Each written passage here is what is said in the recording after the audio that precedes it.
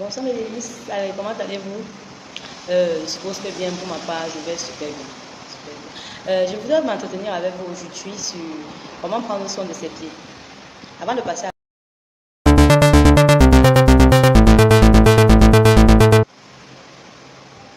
Bonsoir Mélénis, comment allez-vous? Je suppose que bien pour ma part, je vais super bien. Je voudrais m'entretenir avec vous aujourd'hui sur comment prendre soin de ses pieds. Avant de passer à en fait de ses pieds. Prendre soin de ses pieds, c'est lui donner un aspect plus attrayant, plus beau, plus propre, chasser les mauvaises odeurs. Ça facilite, ça fait en sorte que lorsqu'on met une chaussure, généralement chez les femmes, les babouches, les pieds nus, que la chaussure soit agréable, les pieds soient agréables à regarder, et puis ça donne une allure aux pieds. Ceci dit, avant de commencer, nous allons utiliser, que nous retrouvons généralement dans nos cuisines. Chez nous, on ne manque pas de ça. Nous avons le sel, le citron, le bicarbonate et le vinaigre aussi. Alors, avant de commencer, je suis Joël de chez Delidos, c'est que vous me connaissez déjà bien. Si tu es ici, c'est parce que tu cherches une solution, soit pour un problème de ta peau ou autre chose. Alors moi, je suis là. Je me propose donc aujourd'hui de te montrer comment faire pour pouvoir prendre soin de tes pieds sans te ruiner, sans même dépenser vraiment grand chose. Parce que ces éléments sont les éléments généralement qu'on retrouve dans notre cuisine au quotidien. Pour ce faire, avant de commencer, si tu aimes le sujet, abonne-toi à ma chaîne, laisse un commentaire, mets-moi un gros pouce vers le haut, active la cloche de notification pour être le premier, comme je le dis toujours, à être à la une. Lorsque je poste une nouvelle vidéo, il faut que tu sois le premier à la regarder. C'est pour ça que je suis là. Bon, nous allons commencer d'abord par expliquer pourquoi est-ce que j'ai choisi ces éléments. J'ai choisi le citron parce qu'il contient de l'acide citrique ou alors de la vitamine C qui a les propriétés antiseptiques, épaississantes, antioxydants et amincissantes. Le citron est très bien lorsqu'il est dilué à d'autres solutions. Attention, on ne l'utilise pas, on ne l'applique pas directement sur sa peau parce que son pH est supérieur. La vitamine C qu'elle contient est séborégulatrice pour la peau, ce qui favorise le renouvellement cellulaire. Il lutte contre les graisses de la peau, contre les rides. C'est très important d'utiliser cette astuce, que ce soit pour sa peau, que ce soit pour consommer. Il s'utilise très bien dilué à d'autres éléments et facilite vraiment le nettoyage de la peau. Lorsque vous ne l'associez pas à d'autres, lorsque vous ne le diluez pas, il aura tendance à vous provoquer les irritations, les sensations de brûlure, de tiraillement de votre peau. Et ce n'est pas toujours agréable.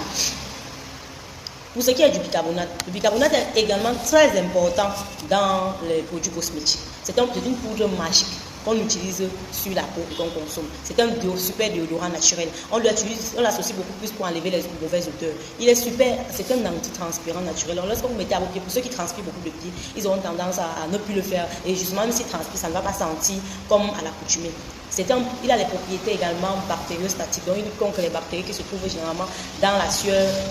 Il combat cela efficacement pour provoquer les mauvaises odeurs et tout, et puis il chasse les mauvaises odeurs. C'est un nettoyant naturel, c'est un amincissant, un produit qui assèche et qui lutte contre les peaux grasses qui se trouvent à la surface de la peau. Pour ce qui est du sel, j'ai choisi le sel parce qu'il contient du magnésium, du calcium, de l'iode, du potassium, qui sont les éléments aussi importants et aussi pour ses propriétés nettoyante, exfoliante pour la peau. C'est un produit 100% naturel, très hydratant et qu'on retrouve généralement dans nos cuisines. Il combine tellement d'actions tonifiantes, amincissantes, cicatrisantes pour la peau. Il lutte également contre le vieillissement de la peau et permet une hydratation absolue des cellules qui se trouvent à la surface de la peau. C'est la raison pour laquelle j'ai choisi également le sel.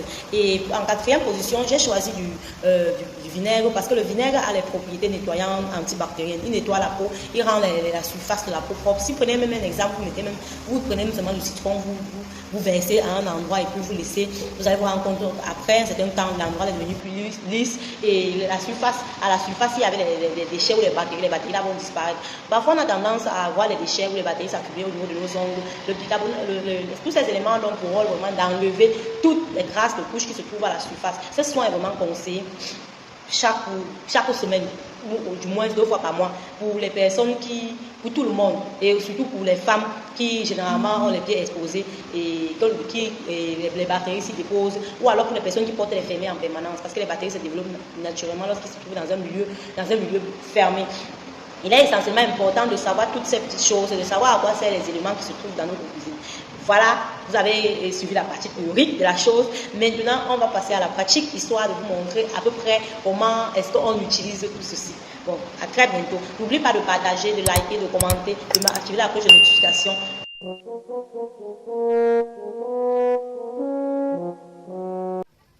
Je vais d'abord commencer par bouillir de l'eau.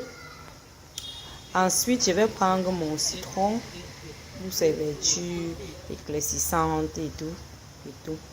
Je vais prendre du sel et gros grains pour les petits grains. Je vais prendre du bicarbonate de sodium, qui est un élément également essentiel.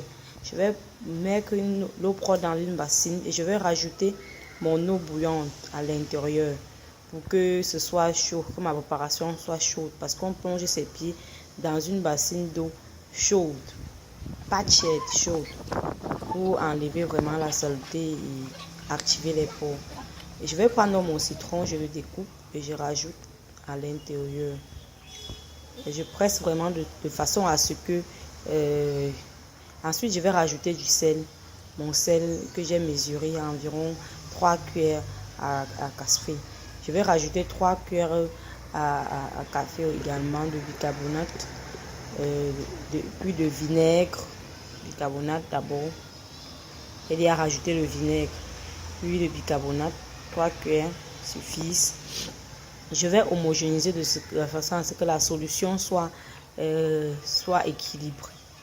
Ensuite, je vais plonger mes pieds dans mon eau chaude contenant mes éléments que j'ai rajoutés à l'intérieur. Je vais commencer à masser mes pieds délicatement pour faciliter l'ouverture des pores.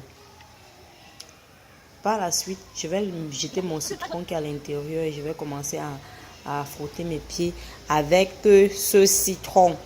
Il est très important d'effectuer ce mouvement parce que c'est ce mouvement qui va faciliter l'ouverture des pores pour permettre la pénétration des éléments qu'on a mis à l'intérieur pour enlever débarrasser la peau des peaux mortes, débarrasser la peau de la saleté. Puis je vais prendre ma brosse à linge, je vais essayer de frotter mes orteils, mes pieds délicatement bien sûr.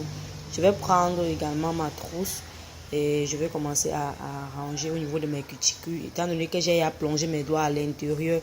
Donc mes cuticules sont déjà quand même assez tendres. Je vais commencer à enlever la saleté qui se trouve là, pour débarrasser les peaux mortes qui se trouvent, pour laisser mes ongles respirer. Par la suite, je vais faire la même action au niveau de mes pieds, de mes orteils, pour libérer, vraiment enlever la saleté qui se trouve là, parce que je porte généralement les pieds nus en journée, donc les barbouches. Les microbes se déposent et dans le week-end, le dimanche surtout, je vais prendre le temps de faire ce soin. Je le fais chaque semaine. Vous voyez dans l'eau comment l'eau a complètement changé de couleur. Ensuite, je vais prendre mon gommage. Je vais retirer mes pieds de l'eau. Je prends mon gommage. Je vais appliquer sur mes mains et puis également sur la plante de mes pieds. Puis je vais après 15 minutes, je repose mes pieds dans mon eau et je prends la pierre noire. Je ne sais pas si vous connaissez la pierre noire. Je vais frotter pour enlever toute trace d'impureté et tout les peaux mortes qui se trouvent à la surface, à côté, partout. Je vais bien frotter de façon à ce que la plante de mes pieds puisse être débarrassée des éléments, des peaux mortes et que ça reste vraiment propre et doux. Voilà, je continue le mouvement jusqu'à ce que je sens comment mes pieds sont douces. Puis je vais rincer, comme vous le savez, avec mon lait. Je vais hydrater naturellement. Vraiment, c'est super doux. Ce lait est très bien pour la peau et très hydratant.